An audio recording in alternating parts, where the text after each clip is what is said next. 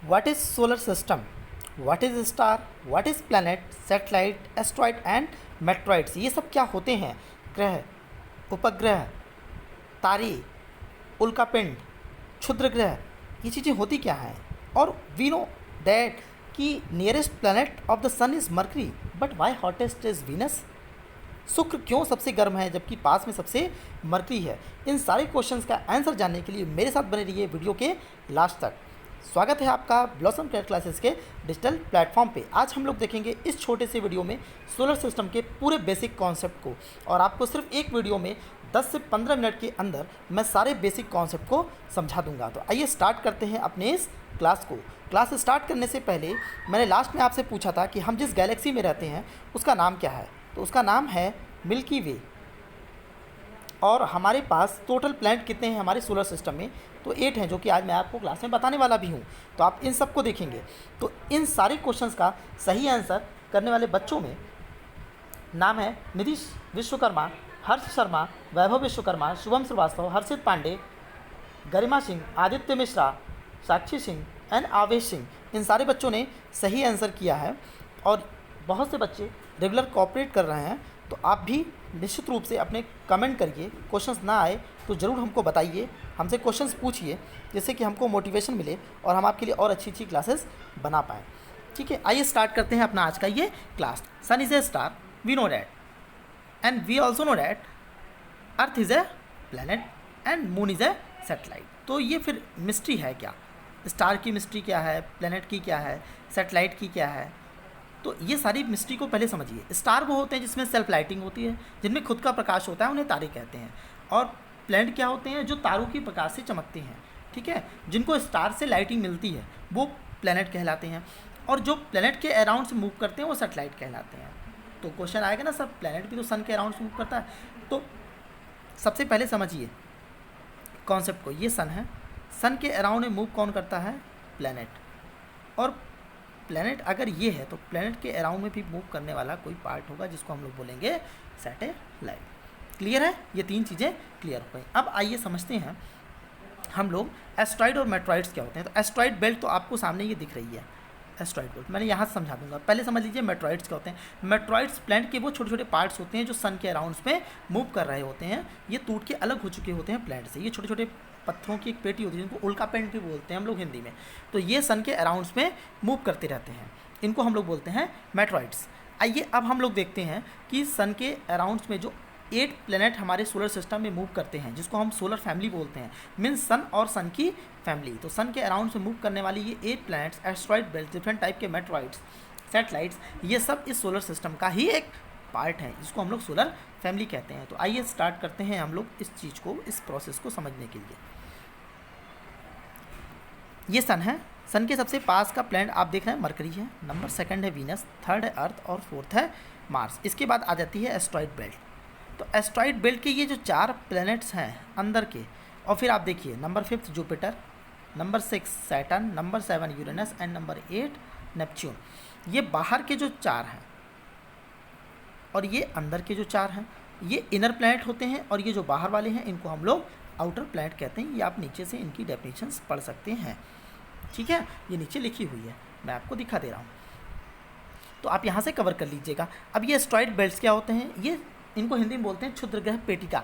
छोटे छोटे ग्रह के पार्ट्स हैं, ये छोटे छोटे पार्ट्स हैं पत्थरों के।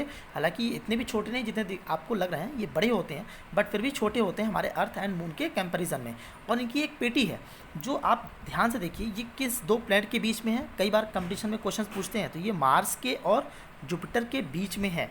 ये मोस्ट इंपॉर्टेंट है, ध्यान रखिएगा कि मार्स और जुपिटर के बीच में एस्ट्रॉइड बेल्ट पाई जाती है। तो एस्ट्रॉइड बेल्ट कहाँ पाई जाती है? मार्स एंड जुपिटर के बीच में। तो ये ध्यान रखिएगा आप, ठीक है। अब आइए चलते हैं हम लोग इनर प्लैनेट आउटर प्लैनेट का कॉन्सेप्ट समझ चुके हैं हम लोग। अब इन चारों ग्रहों में देख लेते हैं। इनर प्लैनेट जो होते हैं ये हमारे सॉलिड होते हैं,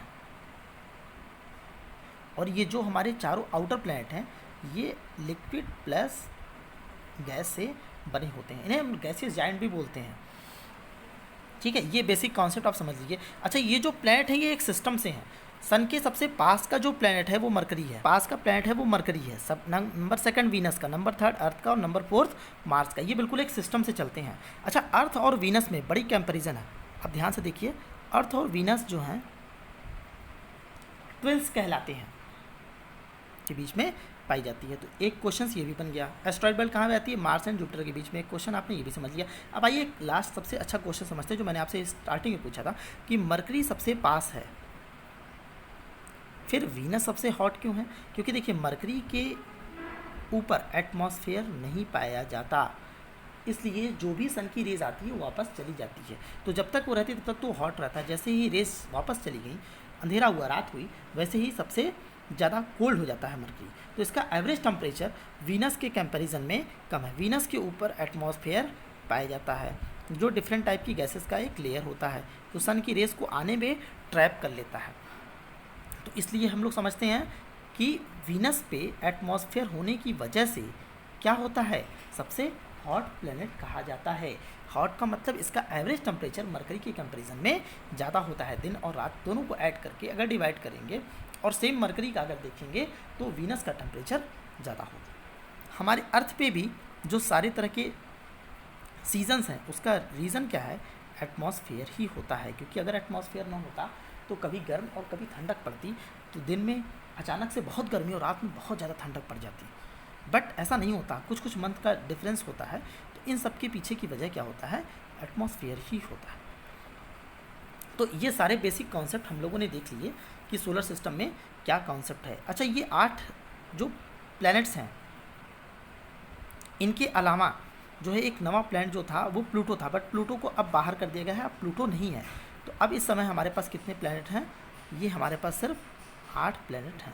यही इम्पॉर्टेंट है हमारे लिए, और ये सन के डिस्टेंस के अकॉर्डिंग लिखे गए हैं। Mercury, Venus, earth, Mars, Jupiter, Saturn, Uranus and Neptune.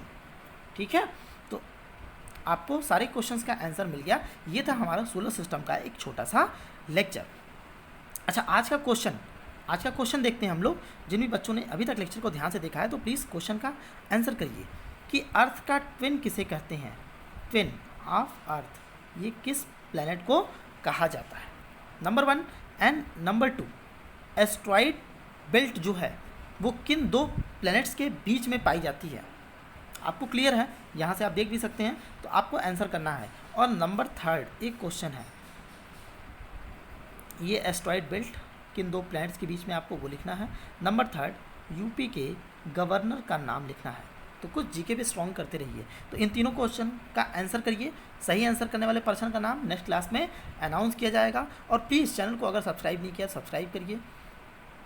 Video अगर पसंद आया हो तो लाइक करिए और ज़्यादा से ज़्यादा लोगों को शेयर करिए। आप यही कंट्रीब्यूशन कर सकते हैं, और आप जितना मोटिवेशन मुझे देंगे उतना अच्छा कंटेंट हम आपको प्रोवाइड कराएंगे। डिफरेंट क्लासेस के ग्रुप्स हम लोग बना लिए हैं, तो अगर आप भी उन ग्रुप्स को ज्वाइन करना चाहते हैं, अगर आप 8th में हैं, 7th में हैं, 9th में हैं, 10th में हैं, 11th में हैं, 12th में हैं, सारे बच्चों की ग्रुप चल रही है चैनल पे, तो आप प्लीज़ अपना नाम कमेंट बॉक्स में नाम लिखिए, हम आपसे कांटेक्ट करेंगे। अपना कांटेक्ट नंबर दीजिए, या फिर आप हमारे कांटेक्ट नंबर पे कांटेक्ट करके डायरेक्ट व्हाट्सअप कर सकते हैं। वो भी डिस्क्रिप्शन में आपको नंबर प्रोवाइड कराया जाता है, तो आप वहाँ भी कांटेक्ट कर सकते हैं या फिर मैसेजेस कर सकते हैं। आपको मैं डिफरेंट टाइप के ग्रुप में ऐड करके आपकी क्लासेस कंटिन्यू करूँगा, और भी डिफरेंट टाइप के लेक्चर्स जो क्लास बेस होंगे वो भी आएंगे। ये तो ज्योग्राफी की बेसिक्स है जो आप सबको पढ़नी चाहिए, क्योंकि इसके बिना आप कहीं भी जाएंगे तो ज्योग्राफी आपकी अधूरी रहेगी। तो छोटे छोटे पॉकेट वीडियोस में बना रहा हूँ ताकि आपको छोटे वीडियो में कम टाइम में ज़्यादा से ज़्यादा कंटेंट को प्रोवाइड कराया जा सके।